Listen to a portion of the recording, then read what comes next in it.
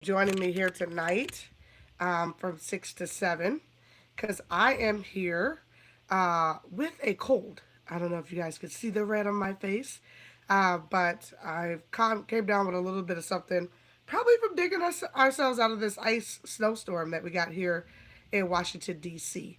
But rain, sleet, shine, or snow, I was going to be here to talk to you lovely people to talk about the market today and talk about the real estate market. So we want this to be very open.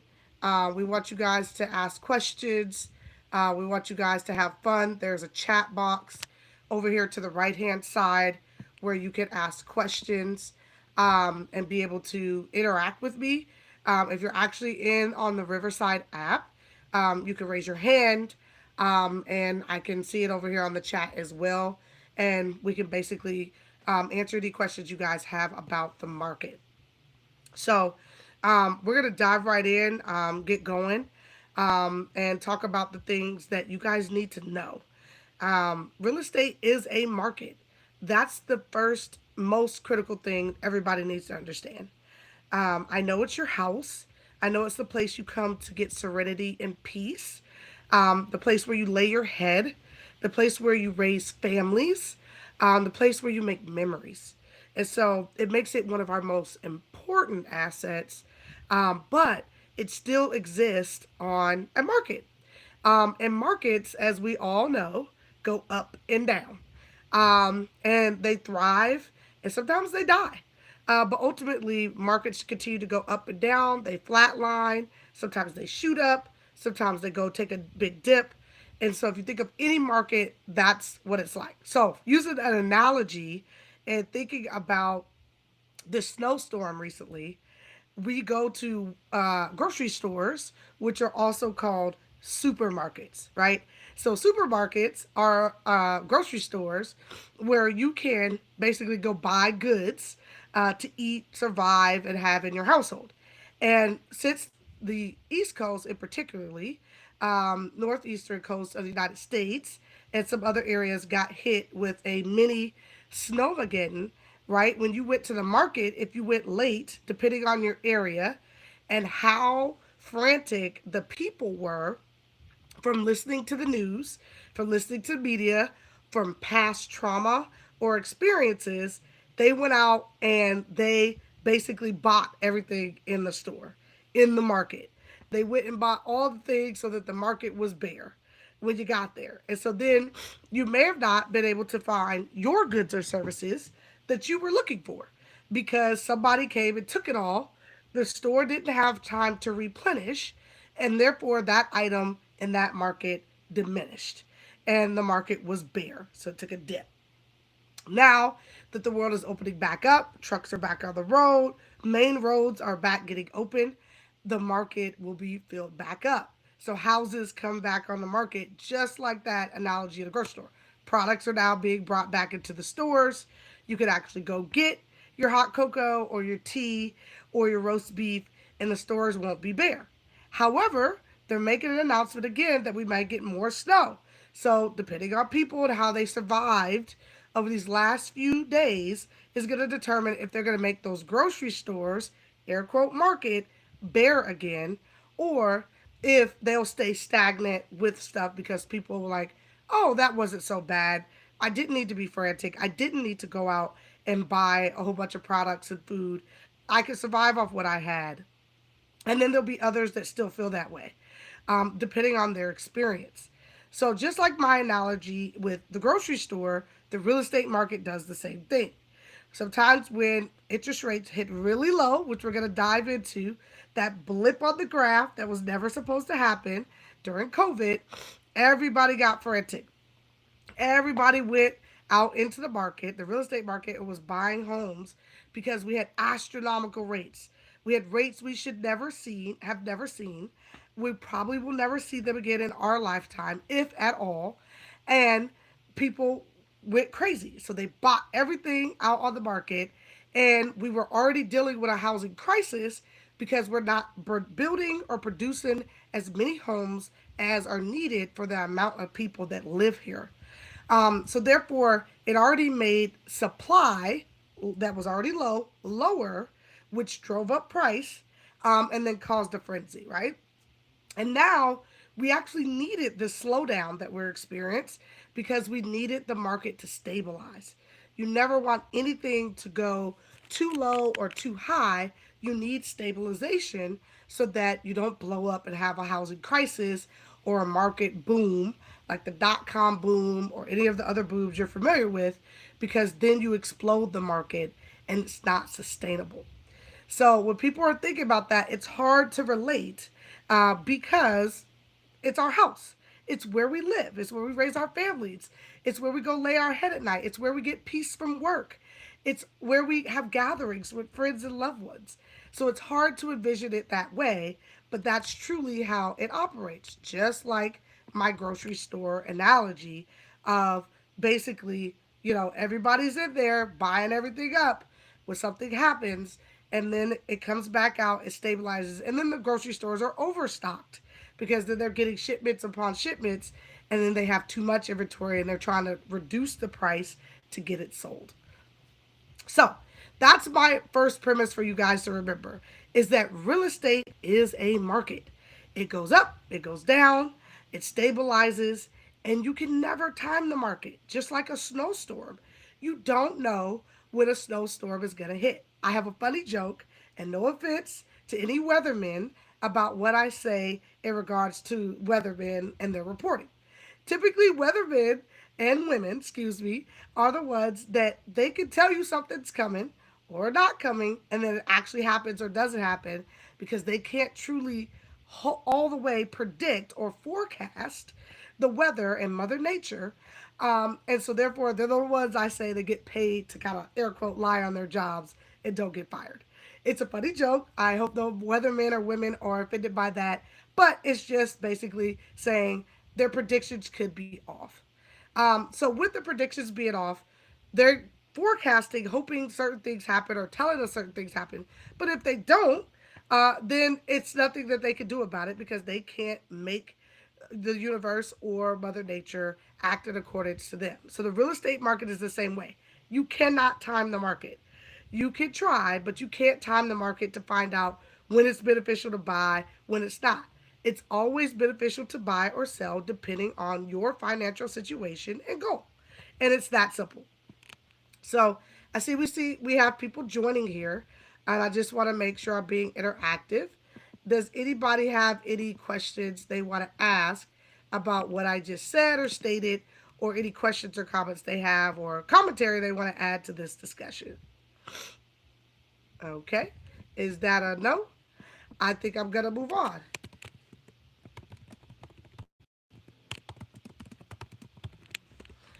All right. So as I continue to move through this, I'm kind of just working with my team and staff to make sure everything is working appropriately on this live webinar.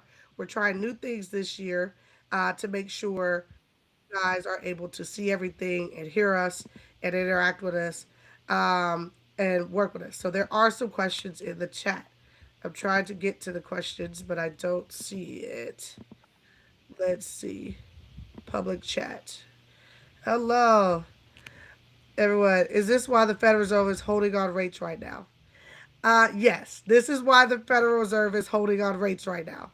So Powell was supposed to come out with something, and had he come out with something bad or increase, that would have affected the real estate market. That would have made it worse for us. However, because he said they're not reducing rates and they're not increasing inflation, which is not a one for one, we're going to see stabilization, which I honestly believe is the right way to go currently in this current climate of the real estate market and the economy. Any big fluctuations would cause an increase in the economy, cause people to go out buying, and therefore cause, again, a frenzy. And the best way the U.S. government institutes and I guess to say insurges the market and the economy is through real estate. One real estate transaction contributes to over $198,000 made in other industries, and that's just on average. So when you think about that, if somebody buys a home, Real estate agents, usually two sides make money. Title company makes money. A lending institution makes money. Home inspection makes money. Appraisers makes money. Then usually people paint or design their closets or buy new furniture or hire a designer. The list goes on that once one real estate purchase occurs or transaction occurs, we affect almost $200,000 of insurgence of money into the economy for other industries. So real estate is very, very important to our overall economy because of all the pieces that it touch. And it says, realize of all these models, they review and they are always wrong. LOL, I never listen to them. Yeah, they're usually wrong. And so the same thing with real estate, right? Nobody can really predict where it's going to go. We can watch the trends, but we can't really predict where it's going to go. I used to work in finance, and I would tell people it is an estimate, not an exactament. So an estimate is based off all the information that I have. This is my educated best guess. And that's the same thing with real estate and my analogy with the weatherman. So what we're talking about is the market. I hope you like my supermarket example, also my weatherman example. I'm just trying to get people to really understand real estate. And one of my other favorite sayings that I want you guys to take home with you is your home is just an asset that you live in. And if you own multiple of them, they are just other assets that feed, hopefully, other parts of your life and provide housing for others, right? So I have another question. What are your thoughts on the discussion of people being able to utilize their 401ks to purchase home? Um, okay, that's a great question. So I actually bought my first home using my 401k about 14 years ago. So my first condo, my parents helped me buy in Tiddlytown, and then I wanted to buy one on my own. And my house here in the Trinidad Noma area of DC, which is a legal subdivision of DC, I borrowed $14,000 from my 401k and I bought my house because I wanted to do it on my own. And it was the best investment. One, when you have a 401k or 403b, that's your money that you've been putting in monthly, quarterly, and then your company hopefully has been matching. And two, there's a law in place that allows you to borrow up to a certain percentage, depending on the rules of your 401k or 403b, to take that money out and use it to purchase a home tax free. Best thing you could do. So then now you're taking that money and you're going to make more money, which is the whole purpose of money. You want your money making money. And so then it is a loan to yourself. So after you use that money, then you pay yourself back, for example, my example, $14,000 plus the interest. But guess who the interest goes to? You. You're paying yourself back the money you already put away for yourself plus interest on top of your own money. And if you buy a smart asset, a home, that you then turn to an investment, it will either grow over time and it will be worth that 14,000 and that interest that you paid, or if you're buying an investment property, it will come back with residual income monthly and then grow over time in equity. So for my example, I got $14,000. I bought my house in 2011 for $369,000. It's a townhome here in DC, row home. And now my house, without making any changes, is probably worth anywhere from 750 to 800,000. So I bought it for 369. I've been paying on it for almost 15 years. I have a really low interest rate because I had a 4 something when I bought my house. Then when COVID happened, I refinanced and I have a 2.75 interest rate now. Excuse me. And I switched it to a 15-year mortgage. And now if I wanted to just borrow against the equity in my house, I would have almost $500,000 in equity. So that gets me to a point. They say that people who own homes are 54 to 64% more wealthier than somebody who stays renting. Because the value of your home over time, always remember, real estate's a long-term game, is worth more than that $14,000 that I took out of my 401k. So, I think using your 401k to purchase homes is amazing. Everybody should do it. especially if you have enough in there, and especially if you can cover paying yourself back the loan. Um, so that's why it's tax free. It's just a great investment. The only thing you're doing is paying yourself back interest. Now, if you go into your 401k and you take out money, besides for a home loan, a hardship, or something like that that didn't get approved, you will get taxed on that. But there is a rule that you can take it out for a purchase of a home. So great question, and thank you for asking. Um, I gotta check to see if anybody needs to join. Um, 1 second. I gotta figure that out, guys. Help me out. I don't see anybody. Somebody put that in there. Thank you for putting that up there, but I don't see anybody. I don't know how to get them to join. So I'm very sorry if you're trying to join. Um, Tamaya, if you could please just send them the link because I don't want to keep delaying to do that. I don't know how to get them to join manually. I see the people. I see we have about 20 people online, which is great. And we are going to continue to go on. Okay. So, any more questions? I want to give some analogies, but I want you guys to interact with me. This is not to hear Marlena go on her bullhorn. I'm a real estate geek. I love real estate. I'll talk about it to you all day, every day, and I hope to help you all make an investment strategy long term to get into real estate more. And so, let's talk about the market now. So, I'm going to go share some data with you guys, and I'm figuring out how to share this screen, entire screen, and I'm gonna share some slides I put together.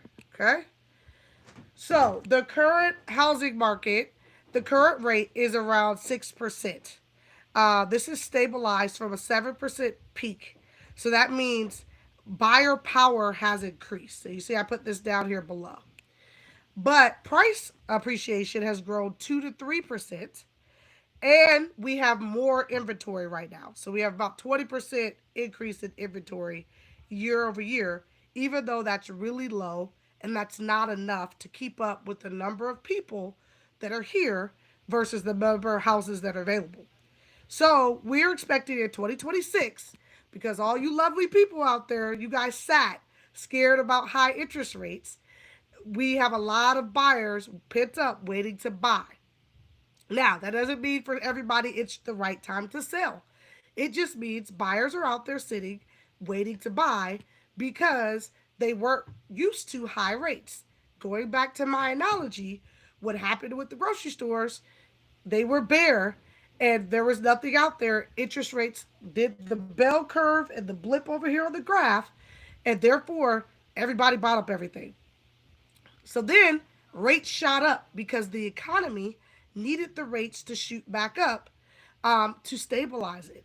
And when that happened, it shocked people because in most people's lives, millennials, Gen X's, when we were of buying power age, we experienced rates anywhere between 4 to, if you had really good credit, 2%, all the way to maybe 4 or 5% at the highest.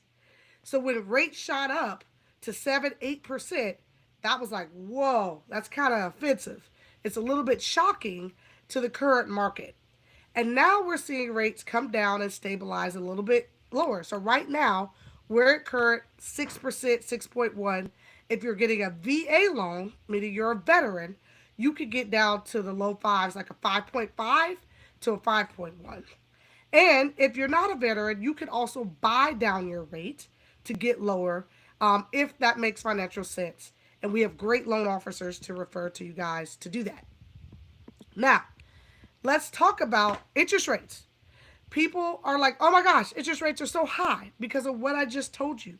In the last 12 years, people experience from the Obama administration to the Biden administration and now the Trump administration, extremely low interest rates.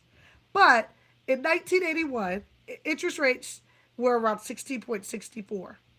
In the 1990s, they averaged from 7 to 10%. And then in the 2000s, they were between 5 and 7%. Then 2021, when we got to COVID, it dropped down to 2.96%. And now we're back up to 6%. So the 40-year average for interest rates is truly 7.81%. So that means that we're below the national average for the last 40 years. So when people say, is it a good time to buy? It sure is. Because if you're born anywhere in the 80s and 90s or before, your parents were buying their houses at double digits. They were using 10 and 16 and 17%. So I always like to say the old and the young need to bridge the gap. Go talk to somebody.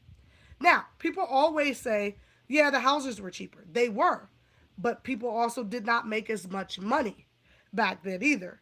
So the amount of money they made reflected the amount of the housing price.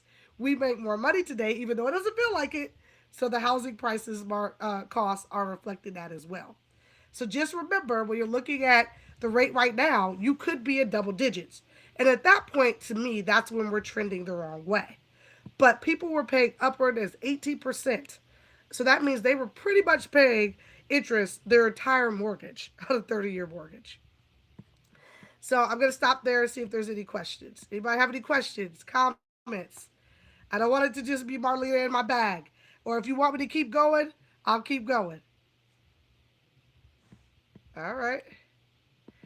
So, yes, this is the 40-year rate history. So, when people ask you, now you're educated that we're in the lower side and we want to stay here, it could get worse like it was in the 80s. All right. Uh-uh. I got another T. I have a poll. I'll do a poll. I'll use that feature as well. Thank you, Tamaya.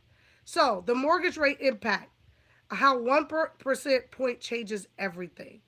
So basically, when you have a 1% rate drop, renters who could transition to first time home buyers, it turns it into almost 1.6 million more people to buy. Okay. But it adds almost $500,000 additional annual home sales volumes. And the savings is approximately about $200 to $400 a month. Okay. So that means buyers have more buying power, but prices go up because people know that you can afford more because the interest rate is lower. So it's not always the best time to buy when interest rates go down because prices go up. So there was a saying that was floating around once rates went skyrocketing up, which was date the rate and buy the house and marry the house. It's just a way to say that your rate you can refinance. You can pay it down and do a streamlined finance. But once you agree to pay for a house at 600,000, it's 600,000. So when rates are down, excuse me, and rates come down, I'm sorry, when rates are high and prices come down, you essentially might have gotten a better deal because now that $600,000 house, depending how high rates went, they might be 500,000. So you just saved $100,000 right there. That's a drastic example, but it is something that could occur. Um, hey Gerald, I'll look at your email later, buddy. Thank you for joining. So remember, a 1% interest rate has a huge, huge impact on the market of real estate. And if you already own a home, this is when you want to consider potentially refinancing. I'm not telling you when rates come down that you should refinance because refinancing really matters with the cost of the refinance and the term that once you refinance it of you paying it back. So even people during COVID, even though there was a million refinances going on, it wasn't always cost advantage for people to refinance because the cost of the refinance was more than what they were going to save on the interest rate reduction. Oh, thank you, Julie. I'm glad you like the supermarket analogy. Yeah, I try to find things to explain it to a fifth grader. The TV show. So, just make sure that you're paying attention. And this is why, for my clients and people that we keep in contact with, we're going to make sure you stay educated. And we hope to sit down with everybody and build out a roadmap of investing and buying in real estate that makes sense for you. Okay? So, I'm going to jump to the National Housing Inventory. Sorry, skip my slide here. Oh. All right. So we are right now in a 3 to 4 million deficit across the United States. So even though we see an increase in units available, that 20% that I talked about earlier, we really need 1.5 to 2 million homes each year, and we're not getting that. We're 30 to 40% below that. So I just put this in here to highlight to everybody that yes, you're seeing more inventory on the market because houses are sitting longer on the market. But truthfully, there's not enough inventory to go around for the number of people that live here and the demand that is expected as the ages continue to grow. So when you think about the price of a house now, it's all supply and demand in a market. Again, when that supply goes low and the demand is high, you're going to pay more. And so, therefore, keep in the back of your mind, we are not out of our housing crisis. We have not built enough homes to catch up with the demand that is required and needed for the humans that live here in the United States. So, this is just to give you that data. Okay. Home price trends. So, we're expecting around a 2.3% appreciation growth. It's normally around 4 to 5 for the country. But right now we're seeing about 2 to 3. Again, don't be scared by that. That's just the market leveling out as it should do. We can't see huge jumps every year. That would make us all go basically to the poorhouse because we wouldn't be able to afford to keep up with it. So we want it to be slower appreciation for a little bit of period of term so that our income and our assets and everything can catch up and get a little bit of stabilization. The median income home price around the United States, that's including all 50 states, is around 410,000, and that's up 47% since 2019. So from 2019 to 2026, we've seen the median home price index in the United States increase 47%. So that gives you a big picture. That means almost 10 years, not totally 10 years yet, 7, it has gone up 50%. The price to buy a home. So when you're thinking about buying or buying an investment and where it's going to go, then you definitely want to probably start thinking about it more sooner because they're continue to go up. And our income isn't going up 50% year over year or in 7 years. Your raise is usually, 1 to 3%, maybe 5 if you're lucky. So you're not going up in income as much as the prices of homes are going up. So when people are first time home buyers are thinking about it, that's what they should be thinking about. Investors, that's what you should be thinking about. If you get an investment earlier and somebody is paying off your rent and you pay less for it, it's a better investment versus if you pay more. Another question: is the homeowner able to impact their home appreciation? Is it truly the area you're in that has the highest impact? The area that you're in has the highest impact. Best analogy is McDonald's. McDonald's is in the business of real estate, right? They put their that's what Ray Kroc figured out. It wasn't just the burgers. That's a side piece. It was a way for him to buy real estate in major highway cities where he was going to get a lot of traffic to boost up burger and shake sales. And so where you're at is going to mostly depict all your appreciation. However, you should always keep, remember I said your home is an asset that you live in, you should keep it up. So you should possibly every 10 years do a refresh, 10 to 15, do a refresh, update your appliances, paint your cabinets, change the knobs, keep up with the trends. There are things that you can do in your house to upgrade value, but it's not huge. So, adding, sometimes depending on your house, if you add a swimming pool, that adds value, right? That's a big investment though, and a big upkeep. However, something smaller, if you have LVP floors and you upgrade it to hardwood, an appraiser would give you more money for the hardwood floors because hardwood floors are valued higher. And if you want to go and get higher end appliances, that's valued higher. It's really just the finishes and fixtures that you could do, and then location and size and style matter the most. So an appraiser is going to look at pull the within a quarter to a tenth of a mile of your home. They're going to look at the style and the square foot of your home. Most people think it's bedroom and bathrooms. Those do come into play, but not really. It's the livable square feet and then the lot square feet. And then they're going to go into this house had LVP flooring, for this one has hardwood, and they're going to plus up and subtract your valuation of your home.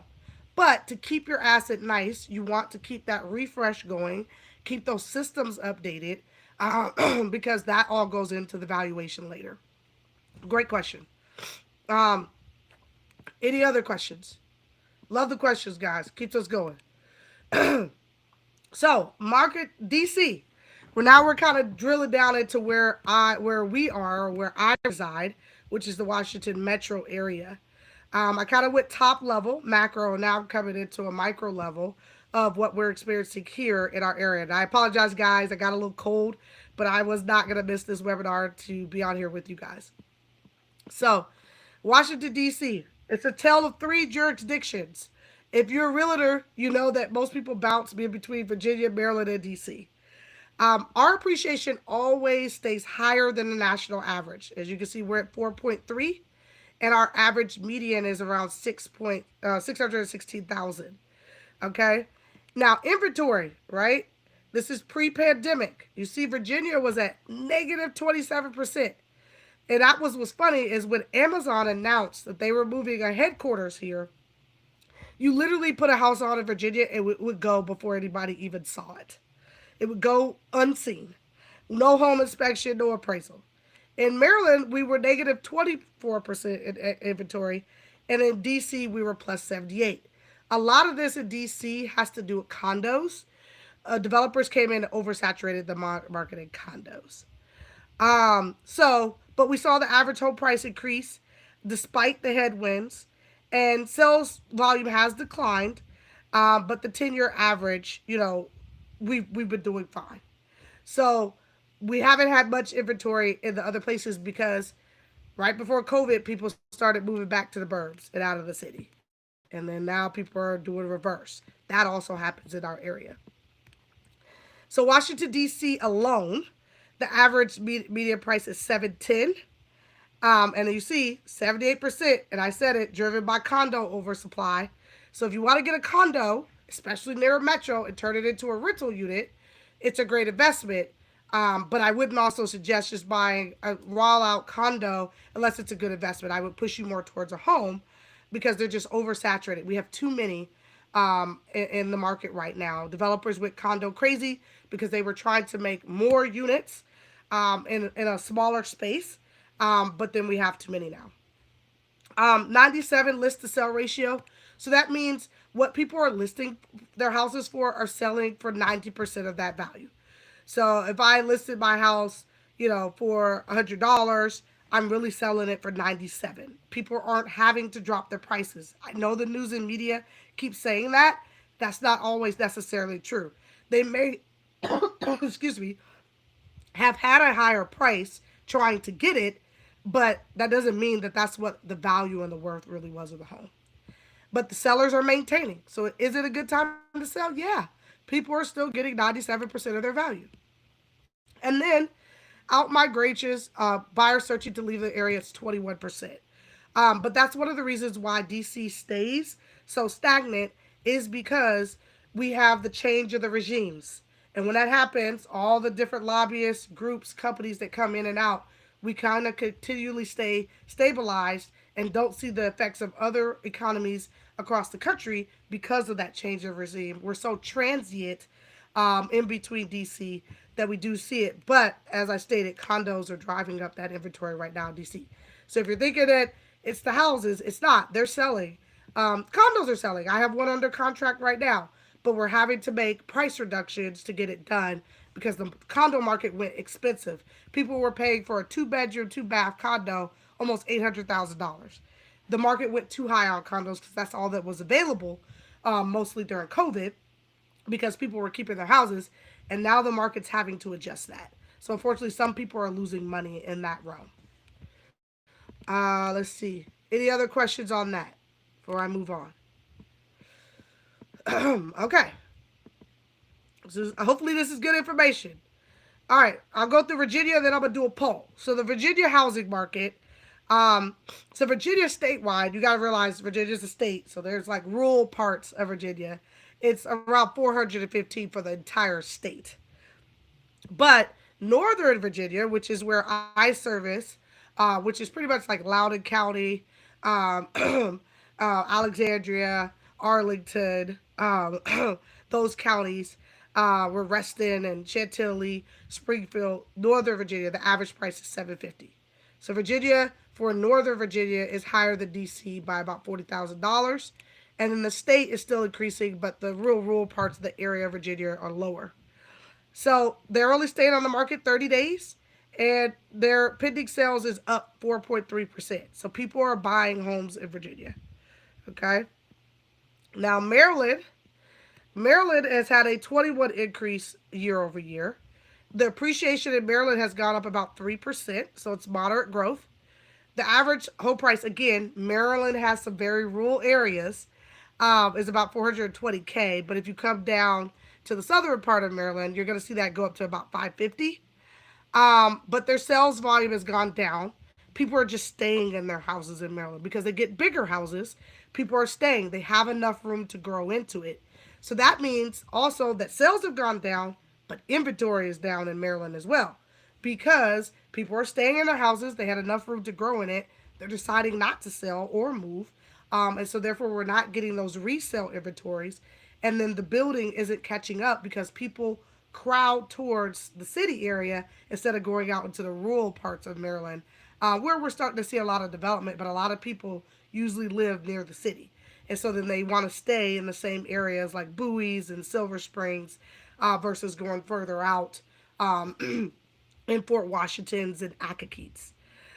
So that's why you're seeing that here in Maryland. All right. I'm glad you guys think it's good info. Thank you for keeping me motivated. You know, guys, I appreciate it. I'm trying to suffer through this through my code. And I hope you guys are enjoying it. So let's do a poll. Let's see. Let's ask a question. If you could buy an investment this year, would you? So I'm going to ask you guys a poll. If you could buy an investment property this year, would you? And let's see what everybody says. All right, please answer that poll in there. And let's see how many votes we got. We got 2 yes. That's good. Everybody's saying yes, yes, yes. And if you say no, I want you to tell me why. All right, we're growing on votes on that. I'm going to keep going until we get there. Okay, first-time home buyers. If I have anybody that's a first-time home buyer, it's kind of vanishing. And I'll tell you one of the reasons why. It's because we have parents that are gifting properties. There are $74 trillion of real estate that is getting passed or sold from baby boomers. So that's why it's down. Plus, people are saying it's more expensive because interest rates are high. And so they're doing co-living with people, and actually co-groups of buying. I've had a couple co-groups over the last couple years where it's 3 or 4 of them buying together, which isn't a bad strategy. We all buy this house together, we put in money, we own it, put in some money together, make a profit together, then we individually move out. So the median age to buy a home right now is around 40 years old. So if you thought that you're behind, you're not. Most people don't buy their first home until their 30s or 40s. There's some of us that jumped out there early, but you need about $110,000 be making that annually to purchase a home on a price range that will probably make the most sense for you. So I'm going to put this in presentation view so you guys can kind of see my little chart here. Hopefully this works. Oh, maybe I should have did that. See, a little technical difficulty. Sorry, guys. All right, there we go. This is all my data. I put it here for you guys. Sorry, just skipping through. I gotta go here. Okay, so you're not behind. As you can see on my chart, I wanted you guys to be able to see it bigger. We have 40-year-olds are the biggest group. Usually people are starting families between 35 and 44. That's our largest group. And then people who are younger millennials, 26 to 34, and 35 to 44 are the next. But you can see that's the people that are born. But you can see younger boomers, they own the most real estate, which is what I just said, 74 trillion. So the boomers are the ones that have all the homes right now that are either gifting them to their children or selling them on the market. Um, and then next is the next group, which is the 40s to 50s, and then of course the biggest buyers, which is anybody from like 35 to 44. So don't think you're behind. If you're a younger person, you're probably becoming right on time. All right, repeat buyers. They have 79% of the market share. So if you don't own more than one real estate, you're not making more wealth. 30% are all cash purchases. The reason why is that I can go get a home equity line of credit on one of my investment properties and use it to buy another property, like cash. And the median age is high. It's at 62. So people are investing a lot older, but they're sitting with like almost $300,000 in equity in their homes. So repeat buyers are really buying. And the top motivation, which is what I tell a lot of my sellers, is friends and family. It's a NAR statistic that 35% of the time, somebody in your neighborhood will recommend your neighborhood when a house goes on sale. So that's why, as your realtors, we send out flyers and go door knocking around your neighborhood because they're going to recommend a friend or family if they enjoy their neighborhood. Okay? So most people are staying about 11 years in their home. The national average is about 7 to 8. I'm sorry, 5 to 8. But because of COVID and everything, we're seeing that number go up because people have extremely low interest rates and they're not being able to justify in their mind giving up that interest rate. All right, so we got 86% yes and 14% no. All right, so I'm going to end that poll and we're going to see. You guys can see it. If you said no, can you please put in the chat why it's a no? And share with the group. We want to talk to you about it. All right. Single women. All my single ladies. All my single ladies. Beyonce. All right. We're 21% of all buyers, which is outpacing men at only 9%. All right, ladies. We're out there buying our houses. And we're 25% of all the first time home buyers. So women are out there buying homes and enjoying our lifestyles in our homes. Households with children is at an all-time low of 24%. So it's declining. So that also means single women are buying most of it, but they're choosing not to have children. And then married couples, families are still the dominant group, holding at 61%. Um, uh, yeah. So people usually turn a profit in about 8 to 11 years to answer the question. Great question, Mia. Women are outpacing men, which is funny because do you guys know that women were not allowed to buy a home without a man until 1979? So women were not allowed to buy a home until 1979. And even now, when a woman buys a home, there's a section that all my single ladies ask me that you have to check a box that says single and unmarried. I don't know why they need to know that data, but they make women do it. Men don't have to do it when they buy their homes as a single individual, but women do have to check that box. Funny fact. All right, buying versus renting. So the median rent is about $1,487. The median buy is about $2,035. So the savings is about $548 a month. But long term, I'm probably going to gain $23,500 in 3 to 7 years on my house. So I'm going to make money about 23 grand versus saving 548 renting. So it's renting's kind of cheaper in the U.S. metro area based on monthly cash flow, but for the long term of it, you're not building wealth. I just told you guys the stat: 43 times more wealthier than renters. So median homeowner net worth is around 400,000, and the median renter net worth is around 10,000. So when you own homes, you build equity, And therefore, when you sell the home, you sell it for more than what you bought it for. Or even if you sold it for just what you paid for it, you got all the money back, air quote, that you put into it. When you're renting, you're paying somebody else's bills. So you're never going to get that money back. You just paid off my mortgage or somebody else's mortgage versus having somebody pay off yours. So we're 43 times more wealthier if you own a home. Okay? All right. Current housing legislation. HR 664. HUD guidelines to encourage state and local reforms legalizing ADUs, duplexes, and townhouses.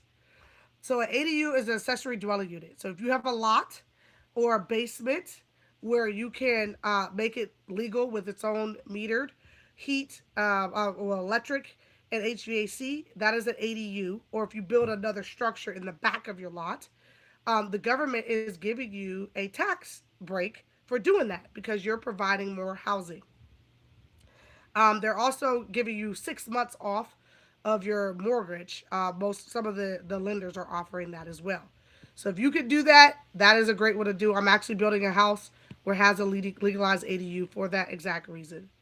Streamline approvals. So they reviews are reduced to 2 to 5 year approval timelines for housing projects.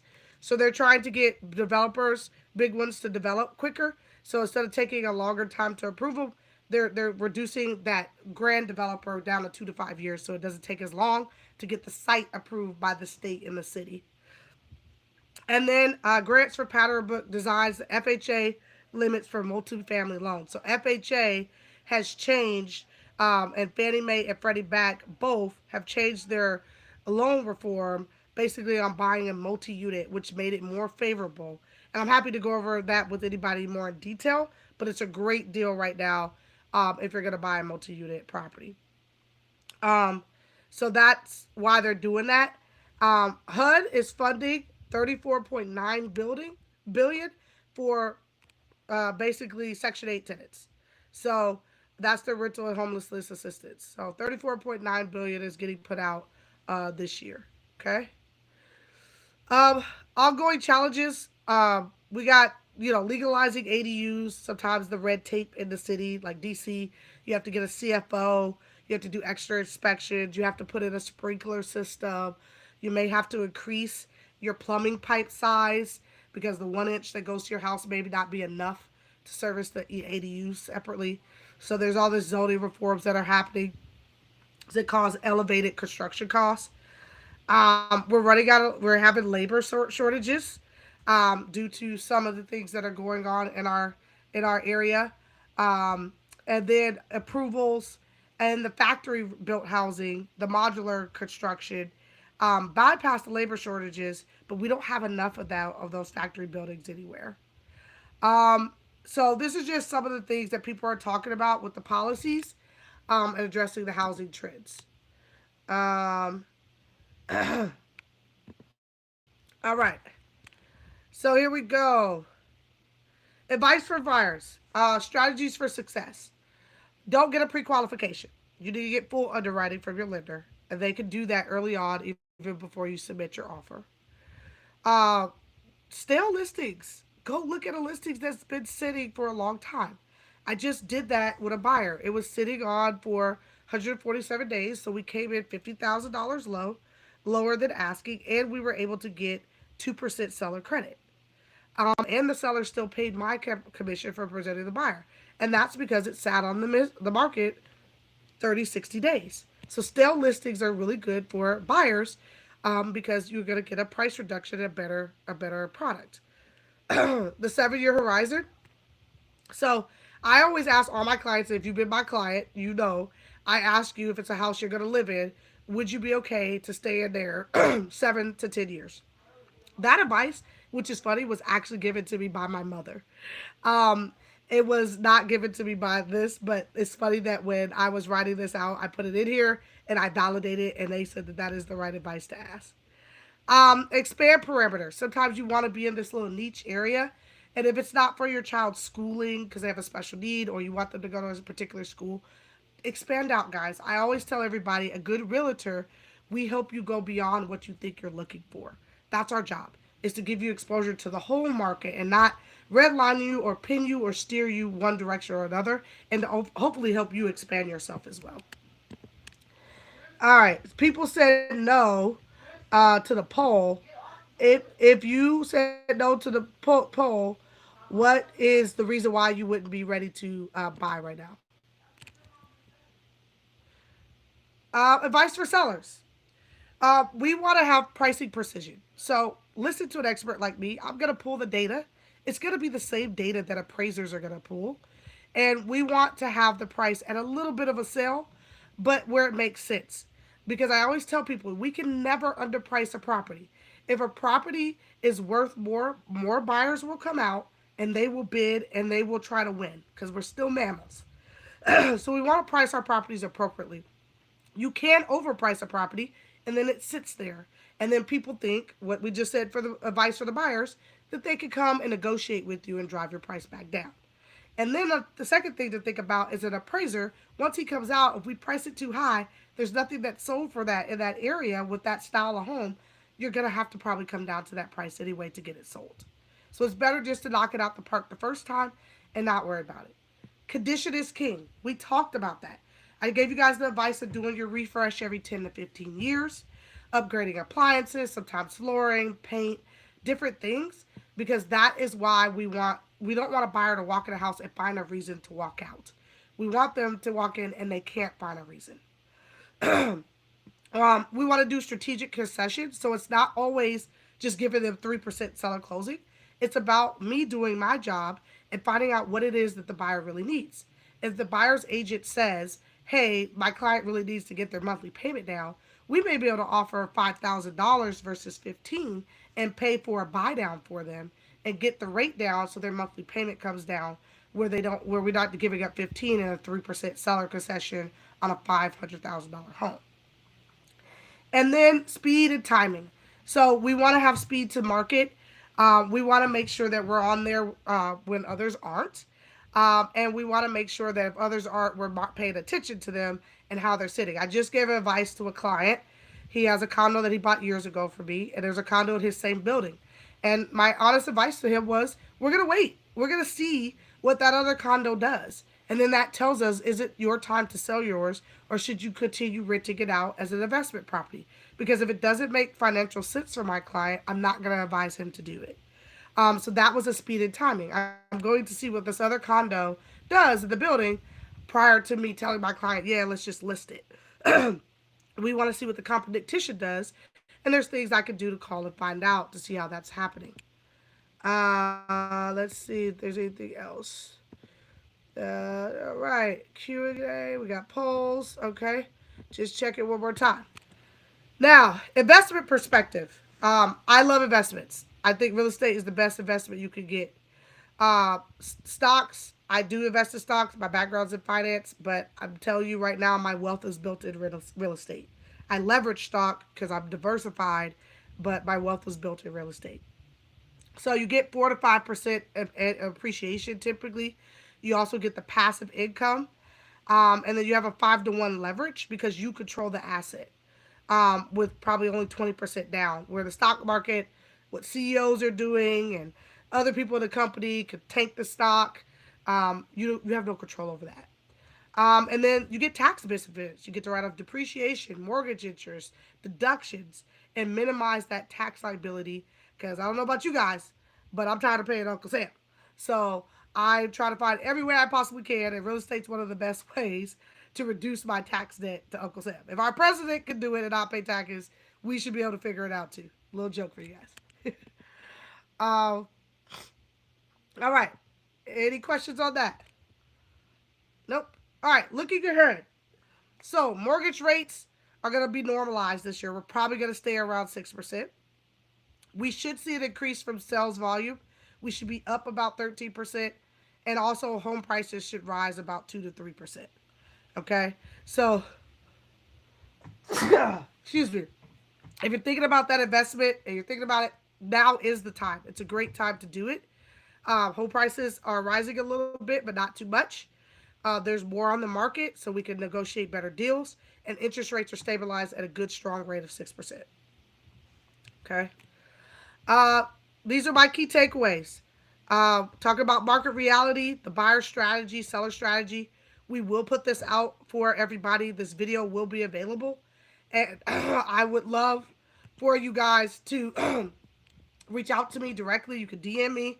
If you do know me, you could call me or text me and ask me any questions. We can set up a consultation to have an investment portfolio manager be on there with us. We could also have an insurance advisor come on, look at your insurance on your property, make sure you're getting the best rate there. You may have made some upgrades on in your house that reduces your insurance. We can look at your tax liability with the investment strategy, see if you should put some more stocks or maybe potentially buy a property if you can. And I'd love to do that with any of you guys. Or if you're in the market trying to sell, we're here to help and help you get that property sold for the maximum value that we can. And if you're looking to buy, of course, we're here to help you purchase as well. So I'm going to leave it open for a few minutes. Anybody have any other questions?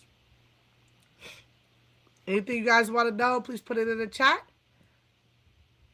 And I'm glad you guys thought this info was great. It was just my way to get us going in 2026 to let everybody know this is a great year for real estate. And I want you guys to succeed. Thank you. I'm glad it's been insightful. All right, guys. If there's nothing else, I don't want to keep you. I know it's a wintry night. I hope you guys are staying warm and safe. Please don't get sick like me and sound like snuffleupagus. Hopefully all my snuffleupagus, you can still hear me. I was really trying to enunciate and make sure that I got a clear message to you guys. So it's always the time to buy real estate. It just depends on the deal. And we will help you find the best deal. So I love you all. It's been great. Peace and good night.